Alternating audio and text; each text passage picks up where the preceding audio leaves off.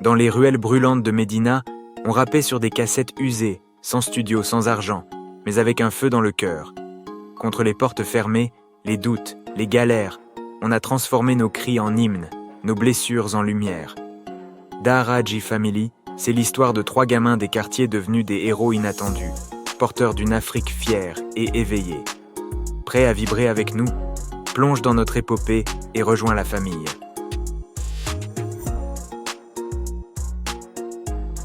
Je me rappelle comme si c'était hier.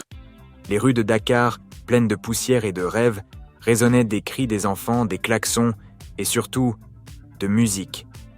C'est là que notre histoire commence. Pas dans un studio climatisé ou un bureau de maison de disques, mais dans les ruelles du quartier HLM, où chaque coin racontait une histoire, chaque voix avait quelque chose à dire, et chaque regard portait un espoir. Je suis né à Dakar, élevé par une mère courageuse, une femme pieuse et généreuse, qui m'a appris la valeur du travail, du respect et du partage. Très tôt, j'ai compris que j'étais sensible au son. Le chant des muezzins, les griots aux fêtes de famille, les tambours sabars au coin de la rue, les cassettes de reggae et de soul et les premiers vinyles de rap français que les grands ramenaient, tout ça m'a marqué à vie. Mais au-delà de la musique, ce qui me touchait le plus, c'était le message. Ce que disaient les chansons. Je voulais moi aussi faire entendre ma voix, pas pour devenir célèbre, non, mais pour éveiller les consciences, pour raconter nos réalités, pour dénoncer les injustices, pour dire aux jeunes de mon quartier « Vous n'êtes pas seuls, c'est là que j'ai rencontré Ndongo D, un frère, un poète, un gars entier. Lui aussi avait le feu en lui, le feu de dire les choses, le feu de dénoncer, d'éduquer, d'inspirer. On s'est tout de suite compris. On parlait le même langage, celui de la rue, celui de l'âme, celui du cœur. Ensemble, on a commencé à écrire, à improviser dans les coins, à monter sur les petites scènes, avec un micro, une enceinte et une foi inébranlable. Et puis il y avait Lord Alajiman. Ce gars-là, c'était une autre énergie. Brut, intelligent, engagé. Il a amené une dimension nouvelle à notre duo. Il comprenait l'importance de l'image, de l'organisation, de la vision. C'est ensemble qu'on a décidé de former le groupe Daharaji, ce qui veut dire « l'école » en wolof. Parce que, oui, on voulait que notre musique soit une école de la rue, mais aussi de la sagesse, de la fierté, de la résistance. Au début, c'était dur. On n'avait rien, pas d'argent, pas de studio, pas de soutien. On se débrouillait avec les moyens du bord. On enregistrait sur des cassettes, on vendait nous-mêmes nos premiers morceaux, on faisait des concerts gratuits, juste pour que notre voix soit entendue. On allait de quartier en quartier, de centre culturel en centre culturel, avec nos textes plein la tête et nos rêves plein les yeux. Mais malgré la galère, on ne s'est jamais arrêté. Parce que chaque fois qu'un jeune nous disait « Merci, vous m'avez donné envie de croire en moi », on savait qu'on était sur la bonne voie. La musique, pour nous, ce n'était pas un divertissement. C'était une mission, une vocation, un combat. Notre style, dès le départ, c'était un mélange. On n'était pas dans l'imitation. On prenait les codes du hip-hop, mais on les mariait à nos racines africaines. On chantait en wolof, en français, parfois même en anglais. On utilisait des percussions traditionnelles, des flows modernes, des mélodies tirées du mbalax ou du reggae. On était fiers d'être sénégalais. On était fiers d'être africains. Ce que peu de gens savent, c'est qu'on a essuyé beaucoup de refus. Beaucoup de portes fermées. Certains nous disaient qu'on était trop engagés. D'autres qu'on n'était pas assez commerciaux. Mais ça ne nous a pas découragés. On savait que notre heure viendrait. Et elle est venue. Un jour, une radio locale a commencé à diffuser l'un de nos morceaux, puis une autre, puis une télé. Et tout à coup, les gens ont commencé à nous écouter vraiment, à comprendre notre message, à nous inviter, à nous soutenir. Le bouche à oreille a fait le reste. C'est comme ça que Daharaji est né. Dans la sueur, la foi, la rue, et surtout, l'amour. L'amour de notre peuple. L'amour de la vérité. L'amour de la musique qui élève les âmes. Et ce n'était que le début. Tu sais, pour comprendre Daharaji, il faut d'abord comprendre Médina. Ce quartier de Dakar, c'est un monde à part. C'est là que j'ai grandi, que j'ai appris à observer, à écouter, à résister. Médina, c'est un mélange de bruit, de foi, de douleur et d'espoir. Rien ne s'y cache, tout s'y vit. Médina n'était pas juste un quartier, c'était une école de vie, une vraie Dahara pour ceux qui voulaient apprendre, au-delà des livres, ce que signifiait grandir au Sénégal dans les années 80 et 90. Il y avait les daras coraniques traditionnels, les muezzins qui appelaient à la prière, les vendeurs ambulants, les matchs de foot improvisés dans la rue, mais il y avait aussi les blessures invisibles, le chômage, la galère, l'exclusion. À Médina, j'ai vu des jeunes talentueux sombrer, des frères qu'on enterrait trop tôt, des sœurs qui portèrent leur monde sur leurs épaules. C'est ça qui m'a forgé. C'est là que j'ai commencé à écrire mes premiers textes. Des choses simples, mais vraies. Des choses qui venaient du ventre. Premier contact avec le micro. Mon premier micro, c'était un manche à balai. Oui, littéralement. On imitait des artistes américains dans les chambres sans rien comprendre à leurs paroles. Mais le flow, le flow, ça on l'avait dans le sang. Les premiers qui m'ont inspiré, c'était Public Enemy, KRS-One, Afrika Bambaataa. Mais on ne voulait pas être des copies. On voulait raconter notre réalité, notre Dakar. Le rap, pour moi, c'était plus qu'un style. C'était une arme, un moyen d'alerter, de conscientiser, mais surtout de ne pas sombrer. Je voyais des gens mourir de silence. Moi, j'ai choisi de parler. La rencontre avec Ndongo-D, une alchimie. Un jour, dans un cercle d'artistes locaux, on me parle d'un autre jeune talent qui traînait aussi dans les open mic, Ndongo-D. Quand je l'ai vu poser, j'ai tout de suite su que c'était plus qu'un MC. Il avait une voix de sage, un flow posé, presque mystique. On s'est rapprochés, on a discuté, on a testé des vibes ensemble, et là, à l'évidence, on était complémentaires. Moi, j'étais plus fougueux, plus spontané. Ndongo, lui, il pesait chaque mot, chaque silence. À deux, on formait un équilibre. On a commencé à écrire ensemble, à s'entraîner sans relâche. Pas pour plaire, mais pour libérer ce qu'on avait sur le cœur. On ne visait pas le succès, on visait la vérité. Et quand on l'a touché du doigt, le public a commencé à tendre l'oreille. Chez Cheikh Anta, le studio des débuts. Un des tournants, ça a été notre rencontre avec Cheikh Anta. Pas le savant, non, mais un autre frère qui nous avait ouvert les portes de son petit studio maison. Rien de professionnel, mais suffisant pour poser nos premières maquettes. C'était dans une chambre étroite, à peine ventilée, avec des murs recouverts de mousse de matelas pour faire office d'isolation. On enregistrait avec des moyens précaires, mais on y mettait toute notre âme. Nos textes, c'était notre vie, nos blessures, nos rêves. Dahara J, une école d'éveil. C'est à cette période qu'est né le nom Dahara J. Ce n'était pas un hasard. En Wolof, Dahara veut dire école coranique. Et nous, on se voyait comme des enseignants du quotidien, mais à travers la musique. J, c'était pour la jeunesse sénégalaise et africaine. On voulait transmettre, éveiller, partager. Nos morceaux étaient comme des leçons. Pas de morale, mais des réflexions. On ne se contentait pas de dénoncer, on proposait aussi. Premier public, premier frisson. Au début, on tournait dans les quartiers, des petits concerts improvisés, des compétitions underground. Mais chaque fois qu'on montait sur scène, quelque chose se passait. Les gens se reconnaissaient en nous. On ne parlait pas en français soutenu, on ne copiait pas les Américains, on parlait Wolof, avec nos références, nos réalités. Puis est venu le premier tremplin, un passage sur une radio locale. Les retours ont été puissants. Nos textes tournaient en boucle dans les ghettos. Le nom de Dahara J commençait à circuler. Et nous, on continuait, inlassablement, parce qu'on avait faim de changement. Et voilà comment tout a commencé. On était 3. Mais on vibrait comme un seul. Quand Ndongo-D est arrivé, ce n'était pas juste un renfort. C'était l'élément qui manquait pour que Dahara J devienne une véritable famille. On était jeunes, pleins d'énergie, et la musique coulait dans nos veines comme du sang neuf. Moi j'étais ce fou de voix, le beatboxer, le performeur. Lord Alajiman avait cette plume affûtée, et Ndongo-D, lui, il était ce poète de la rue, avec une vibe à part, un timbre qui captait les silences. On s'est complété naturellement, comme les doigts d'une main. Les années 90 étaient intenses. C'était la grande époque où le hip-hop sénégalais explosait. On était dans les rues de Dakar, dans les quartiers, dans les écoles, dans les festivals. À chaque coin de rue, un beat, un texte, un rêve. On n'avait pas les moyens, mais on avait la foi. Les studios étaient rares, mais les idées abondaient. Les micros étaient bricolés, mais les messages étaient puissants. Chaque concert était une guerre pacifique contre l'ignorance, la corruption, la pauvreté et les injustices. On rappait pour ceux qu'on n'écoutait jamais. On ne copiait pas les Américains. On s'inspirait de nos racines. On avait grandi avec Public Enemy, Nas, IAM, mais aussi avec Youssou N'Dour, Baaba Maal, Cheikh Lo. Notre hip-hop, c'était un cri sénégalais, un griotisme urbain.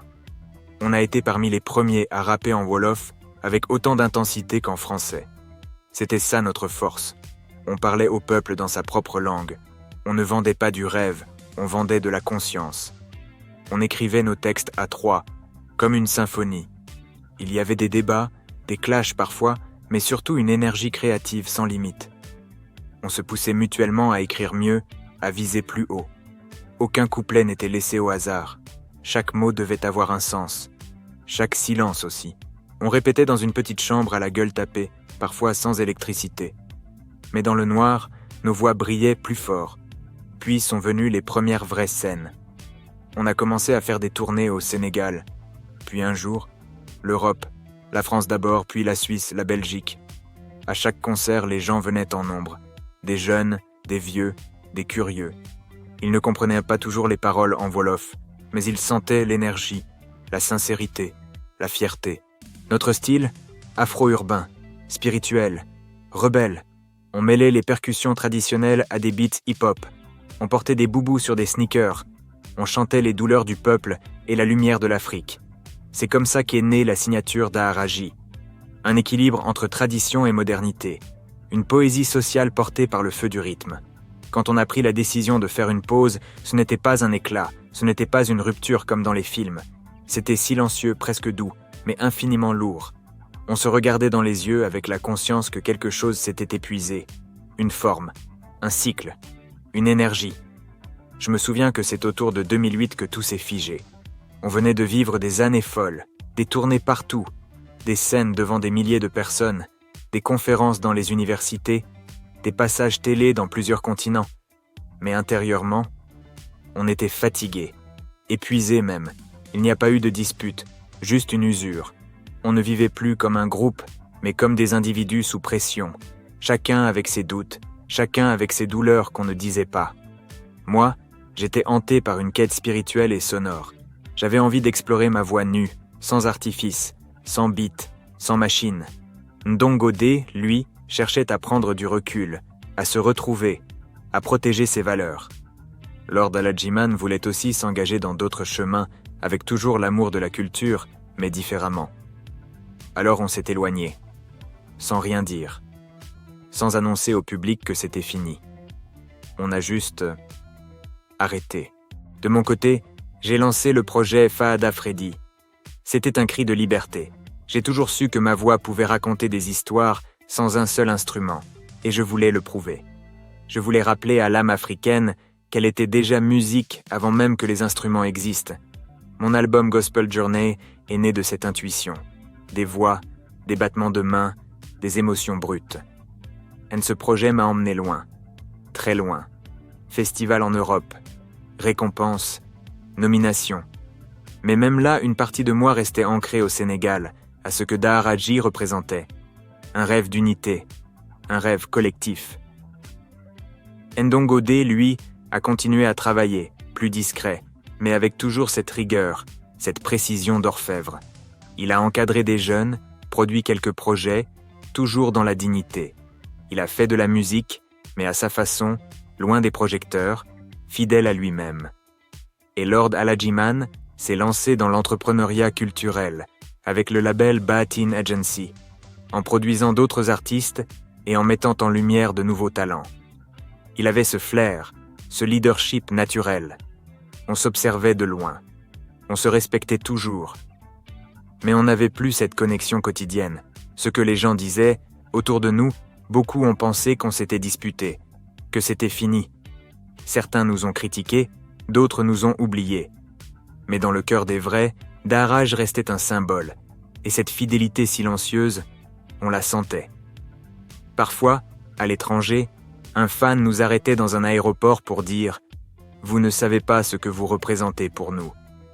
Parfois, au Sénégal, un jeune dans un car rapide fredonnait Exodus. Parfois, sur les réseaux, une vidéo virale rappelait Boomerang. Et ces petits signes, ces échos, nous rappelant que Daharaji n'était pas mort. qu'il dormait. C'est tout.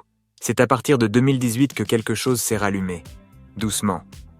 J'étais dans une loge après un concert à Paris quand j'ai eu ce flash. Et si on recommençait?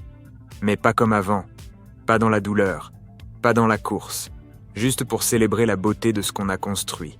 Alors j'ai appelé Ndongo D, on a parlé. Longtemps. Ce n'était pas facile. Il fallait déterrer des choses, être vrai, mettre les égos de côté. Puis on a reparlé à Lord. Et petit à petit, l'envie est revenue. Comme une vieille flamme qu'on pensait éteinte, mais qui couvait encore sous les cendres. On ne voulait pas refaire du rap pour plaire. On voulait refaire du rap pour dire quelque chose, pour transmettre, pour honorer ce que Daraji a toujours été. Une école, un message, une lumière. Et maintenant, quand on a décidé de revenir, c'était avec le cœur. Pas pour l'argent, pas pour la gloire, juste pour la mission. Pour ce que Daraji Family incarne. Parce qu'il y a des vérités qu'on n'a pas encore dites, parce qu'il y a des jeunes qui ne savent même pas d'où vient leur propre feu intérieur. Parce que les temps changent, mais les combats restent. Et c'est dans cet esprit qu'est né Tiosan, notre retour. Mais ça, je te le raconterai dans le chapitre suivant. Ils nous croyaient finis. On avait disparu des radars, les gens disaient « Ah, ils se sont séparés, ils ont changé. » Mais nous, on ne s'était jamais quittés. On préparait juste quelque chose de plus grand. Quelque chose qui viendrait de nos tripes. Quelque chose qui allait parler aux anciens, aux jeunes, à nos ancêtres. On préparait Tiosan. Après des années de silence apparent, pendant lesquelles chacun de nous avait pris des chemins parfois parallèles, parfois divergents, moi, Fahada, avec mes explorations vocales en solo, Ndongo, avec ses projets artistiques et son engagement culturel, il était temps de revenir. Mais pas revenir pour faire du bruit inutile. Revenir pour dire quelque chose, pour faire honneur à notre nom, pour porter la voix d'un peuple, d'une jeunesse, d'une mémoire. Ce chapitre, c'est celui du retour. Pas juste d'un groupe, mais d'un esprit. Celui de Daraji. Celui de notre famille, de notre culture. C'est l'histoire de comment on est revenu. Et pourquoi. Le silence n'était pas une absence. Beaucoup ont cru que Daraji Family avait disparu. C'est faux. En fait, pendant toutes ces années, on était là. Présents dans les studios, dans les quartiers, dans les mouvements sociaux, dans les ateliers d'écriture avec les jeunes, dans les rues de Dakar, Paris, New York ou Bamako. Mais il fallait prendre du recul. On a vu le rap changer. On a vu les thématiques évoluer. On a vu les jeunes se perdre parfois dans des influences très éloignées de nos racines. Et on a compris qu'il fallait attendre le bon moment. Le moment où notre message aurait à nouveau un impact fort. Le moment où on ne ferait pas juste de la musique, mais un acte de transmission point Tiosan. Une déclaration identitaire, le mot Tiosan, en wolof, signifie origine, racine, héritage. Ce mot est devenu le centre de notre nouvel album, parce que c'est de ça qu'il s'agit. Retrouver nos racines pour mieux avancer. Reconnecter notre jeunesse avec ce qu'elle est, ce qu'elle a été et ce qu'elle peut devenir. Quand on a commencé à bosser sur Tiosan, on ne voulait pas faire un simple retour musical. On voulait frapper fort, toucher les cœurs et les esprits. Chaque morceau est pensé comme un hommage, à nos ancêtres, à nos traditions, à nos luttes, à nos victoires. Le 17 mai 2024, on sort le clip de Tiosan. Tourné entre Dakar, Saint-Louis et les terres profondes du Fouta, pas d'artifice, pas d'effet. Juste nous, nos voix, nos visages, nos symboles, nos couleurs. En moins d'une semaine, 1 million de vues. On était dépassés, touchés. Ce n'est pas juste un chiffre, c'est un signal. Les gens attendaient ça. Le peuple voulait entendre à nouveau quelque chose d'authentique, d'africain, de vrai. Ce clip a réveillé quelque chose. Des messages, on en a reçu des centaines. Des jeunes qui nous disent « Merci de nous rappeler qui nous sommes ». Des anciens qui nous écrivent « Vous êtes nos fils, vous portez la voix de notre dignité ». Même des artistes d'autres pays africains nous ont contactés. Vous avez ouvert une voie que nous aussi on veut suivre. On n'a pas fait ça pour le buzz. On l'a fait pour la transmission. Et ce que ça a provoqué, c'est plus grand que nous. Après ce succès, on a reçu beaucoup de demandes. En Europe, en Afrique, en Amérique du Nord. Mais on voulait prendre notre temps. Parce qu'une tournée, pour nous, c'est sacré. Chaque concert doit être une cérémonie, une prise de conscience, une fête identitaire. Alors on prépare doucement cette tournée, avec des musiciens live, des visuels forts, et surtout, la volonté de dialoguer avec chaque public. Ce projet nous a rappelé pourquoi on fait ce métier. Pas pour être des stars, mais pour être des messagers, des griots modernes, des enseignants sans tableau, mais avec un micro. On a compris qu'on avait une responsabilité et que le silence ne pouvait plus durer. La jeunesse africaine a besoin de modèles, pas de modèles parfaits, mais de modèles honnêtes, ancrés, libres. Et c'est ce qu'on veut incarner. Et la suite ? Elle arrive. Tiosan n'est qu'un début. On bosse déjà sur de nouveaux morceaux, de nouveaux clips, de nouveaux formats, toujours en gardant ce cap, identité, vérité, transmission. On veut que chaque enfant d'Afrique, du bidonville au village, de la rue à l'université, puisse dire « Je suis fier de qui je suis un héritier, je suis la continuité de quelque chose de grand. » On ne revient pas pour prendre une place, on revient pour que chacun prenne la sienne. Notre plus grand album, ce n'est pas celui qu'on a mis sur les plateformes, c'est celui qu'on grave dans les cœurs, celui qu'on chante dans les écoles, dans les rues, dans les silences. On est plus qu'un groupe, on est une mission. Quand on a choisi de s'appeler Dara-J, ce n'était pas anodin. En Wolof, Dara désigne l'école traditionnelle coranique. Et J, c'était d'abord pour jeunesse, justice, jeunesse rebelle. On portait en nous l'idée que le micro pouvait devenir un tableau noir, que les beats pouvaient enseigner autant que les versets, qu'on pouvait rapper pour éclairer. Notre nom nous oblige. Il nous rappelle chaque jour que notre art est sacré, qu'il a un poids, un sens, un rôle à jouer dans la société. Ce n'est pas juste de la musique, c'est de la transmission. La jeunesse africaine, on l'a vu changer, on l'a vu se battre, se chercher, se perdre parfois dans des modèles venus d'ailleurs, dans une culture où la richesse remplace la sagesse, où le buzz efface l'histoire. Nous, on veut dire aux jeunes, tu peux briller sans te renier, tu peux être moderne sans être amnésique, tu peux être stylé avec tes valeurs. Chaque texte, chaque refrain de Dara-J est un appel, un rappel, un miroir tendu à ceux qui ont oublié leur visage. Quand on rappe en Wolof, ce n'est pas par nostalgie, c'est un acte politique, un acte de résistance, parce que nos langues sont nos racines, et qu'un arbre sans racines, il tombe au premier vent. On a toujours été convaincus qu'il fallait redonner de la noblesse à nos langues, à nos proverbes, à nos accents. Même quand on a collaboré avec des artistes étrangers, on n'a jamais trahi notre code. On parle comme on est, on chante comme on vit.